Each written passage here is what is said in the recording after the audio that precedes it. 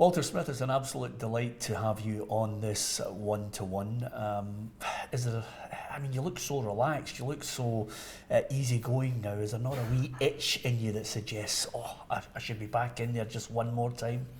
I think you get that. I don't think there's any doubt that once you've made a decision to go and retire, there's bound to be parts of it that you actually miss. Yeah. When I think of Walter Smith, I just think of a trophy-laden career, 21 trophies, so many highs. Is the low that the 22nd one would have been greater if it would have been the UEFA Cup? Is that the only thing that you maybe beat yourself up about? No, not really, because to start with, I never thought we would manage to get there. I mean, we had only just came back to Rangers at the time. You know, if it had been maybe 3 years into it, I would have said, yeah, there was maybe more of a foundation laid. But whatever we did there, I can't say that a lot of it was intentional. When you consider that it was only like we were only into our first full season I coming back there, it was quite a remarkable run, and one that at the time I never envisaged would happen. But anyway, we got there, and it was fantastic. I loved every minute of it. What do you make of the current manager? I don't think anybody has ever been thrust into a bigger job, you know, without having, you know, a longer path of experience. Yeah, I think he was at the club at youth level, so you get a feeling for everything that happens. I think Graham's probably had that. He'll have experienced different feelings now that he's in charge, albeit to the end of the season. But he's handling the situation well, and he's doing well in it. And I mean, from his perspective, he's got to look and say, well, this is an opportunity for me, and an opportunity that he probably never expected to get at this stage of his career. And he's got it, and you know, it's up to him then to show that he can handle that, and he's doing well just now. So, you know, good luck to him, and I hope he continues to do well. There was a wee suggestion you'd had a chat with him. Did you get a chance to maybe give him a wee steer? Oh, it wasn't. No, I mean, it wasn't a long chat. He doesn't need me to. It's difficult when you leave. You know, and somebody asks you, they can ask you about maybe a problem that comes up. But team-wise, they're left to their own devices because you don't know the players. You don't have the kind of inside perspective to make any decision that would help any manager. I'm going to touch on some of maybe the players and managers you've experienced over your life, but I want to switch to the international scene. We're looking for a manager. Have you got somebody you think would be ideal? I mean, what's the criteria for us? I don't think it's left to another manager to pick a manager. That's the one thing we're maybe not so good at that. Maybe pick teams, but I'm not so sure about picking managers.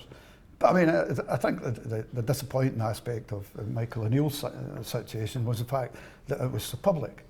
I mean, you would normally have imagined that, you know, someone that was in a job, you know, legal or illegal in terms of football and aspects of it, we would have been approached and sussed out to whether he would want to come or whether he won't. And it was disappointing from a Scotland perspective that everything there seemed to be out in the open all the time, and dragged on, and then eventually Michael decided to stay with Northern Ireland. I think that was the part that it was dragged on and that was public was the most disappointing aspect of it. Yeah. We will always have a look round and get another manager. You know, there'll be another manager to manage the national team.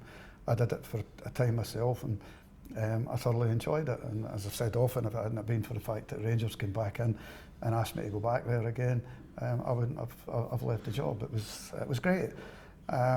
So Scotland will get a manager, and they'll carry on. I hope this time when they do, they make sure they've got them before the whole thing is out in the public domain, as the previous one was.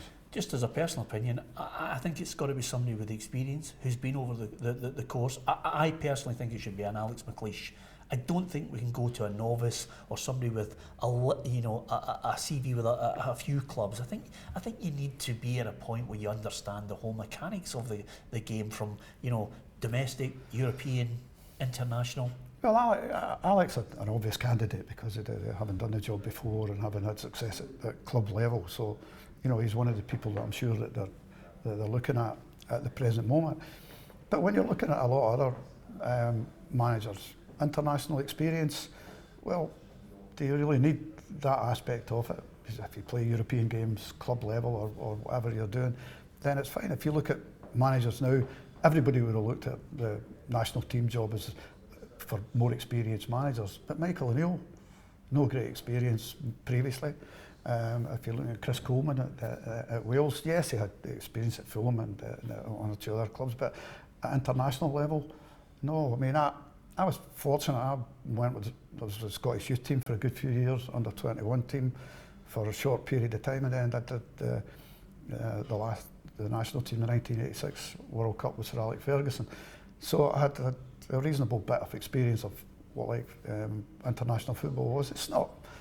It doesn't vary that much from club football, apart from the fact that you're not working together with your team on a daily basis. So I think the main criteria for the job is that we get someone who is going to, in the opinion of whoever has to choose a manager, is going to do the job. I don't think age, experience are a great gauge to use to select a manager. Although, you know, when you're looking at Alex McLeish, he's one, as you say, would be an obvious candidate for the job. Okay, we get a manager.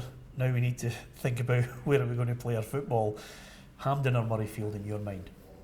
There's only one choice for me. I mean, I just I never see Murrayfield as a footballing stadium. It's known as a rugby stadium, and would always be known as a rugby stadium as far as I was concerned. For me, and I suppose maybe people of my age group, you know, Hampden holds a lot of memories. You know, from a personal point of view, management-wise, some good ones, some bad ones. There's both. But you know, even when you were a youngster and you were going to cup finals and you were going there to it was Hampden. Yeah. And it always was Hampden. And I read just now that people are complaining about the atmosphere, but the atmosphere in the games when the team's doing well and they're doing well, it's a great atmosphere in the place.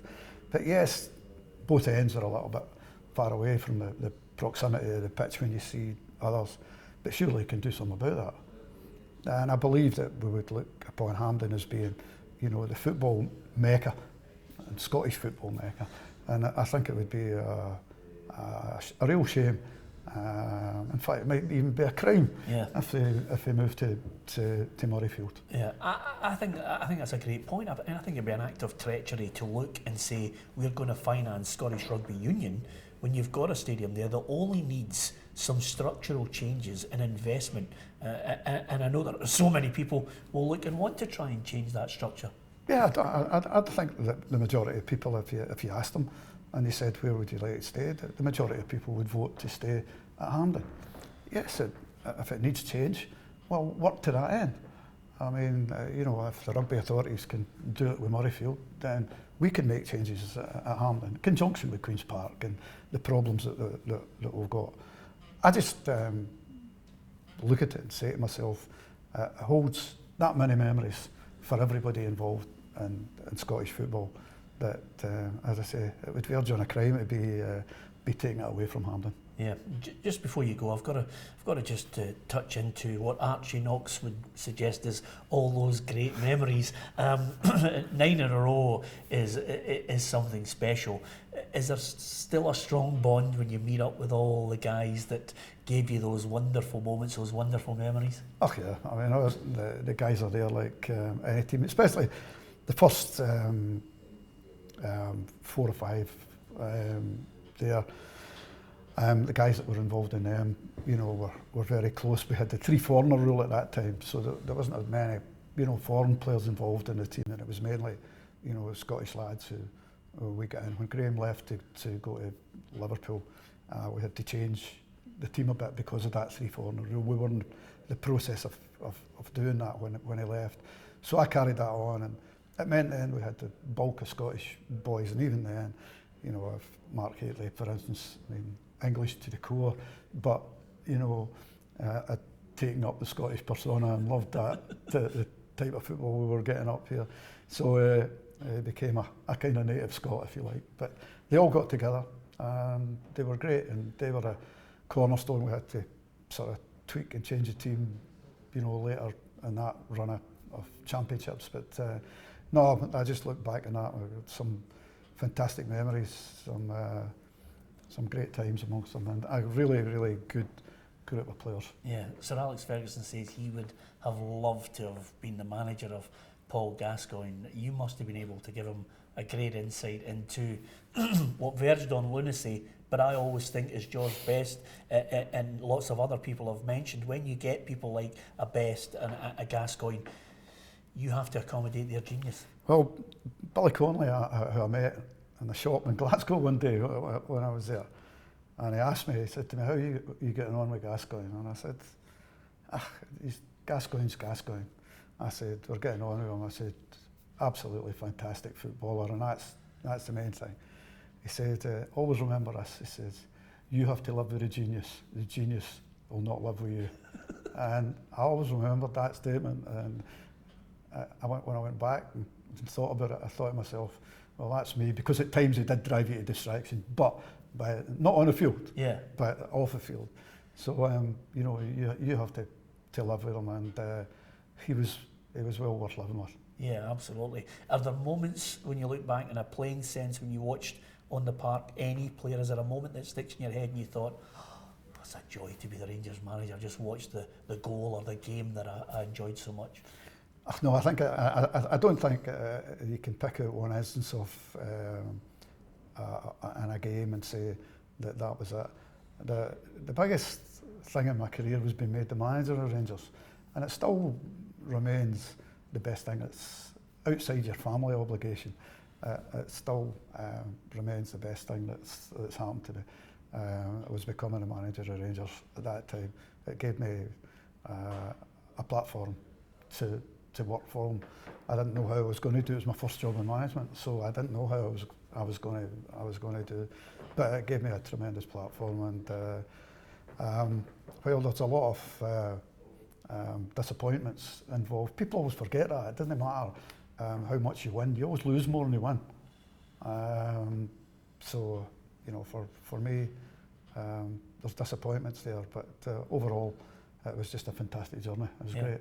And the final question I'm going to ask you, do you sometimes sit in that stand and watch Rangers and just get jittery, or can you now relax and watch it with your wife and your family and your grandkids and think, I can enjoy this? It's very difficult to get away from years of sitting watching a game and not being analytical about it. And it takes away from being a kind of supporter aspect of it. You always look away from the ball. You always look at where players are positioned. You're always looking at the things you shouldn't be looking at. You should just really go and enjoy it and get on with it. But I still find myself trying to analyse what's happening with both teams and what substitutions they're going to make and what changes you make at half time. All these kind of things. I think it's ingrained in you, so you'll never get away from it.